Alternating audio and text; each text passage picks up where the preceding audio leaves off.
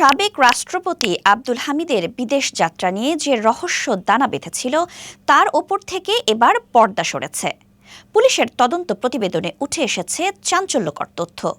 কিভাবে একজন সাবেক রাষ্ট্রপতির দেশ ত্যাগ নিয়ে পুলিশের মধ্যে সমন্বয়হীনতা দেখা দিল, কারা ছিল এর পেছনে, তাহলে আসুন জেনে নেই।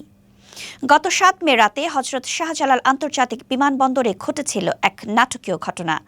থাইল্যান্ডের উদ্দেশ্যে রওনা হয়েছিলেন সাবেক রাষ্ট্রপতি আব্দুল হামিদ। ইমিগ্রেশন কর্মকর্তারা বিষয়টি ঊর্ধ্বতন কর্তৃপক্ষকে জানানোর পর নির্দেশ আসে তাকে না আটকানোর।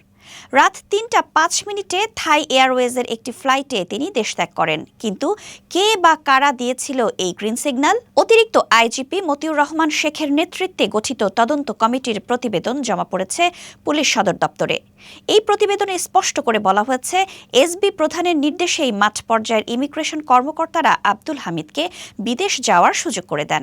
জুনিয়র কর্মকর্তারা গ্রিন সিগন্যাল পেয়েই তার ইমিগ্রেশন প্রক্রিয়া সম্পন্ন করেন। আব্দুল হামিদের বিদেশ যাত্রার খবর ছড়িয়ে পড়তেই সরকার ও পুলিশ প্রশাসন ব্যাপক চাপের মুখে পড়ে। প্রাথমিক দায়িত্বে গাফিলতির অভিযোগে ৪ পুলিশ সদস্যের বিরুদ্ধে তাৎক্ষণিক ব্যবস্থা নেওয়া হয়। এদের মধ্যে অতিরিক্ত পুলিশ সুপার তাহসিনা আরিফ ও পুলিশ সুপার মোহাম্মদ হাসান চৌধুরীকে প্রত্যাহার করা হয়। সাময়িক বরখাস্ত হন এসআই আজহারুল ইসলাম ও টিএসআই মোহাম্মদ সোলাইমান।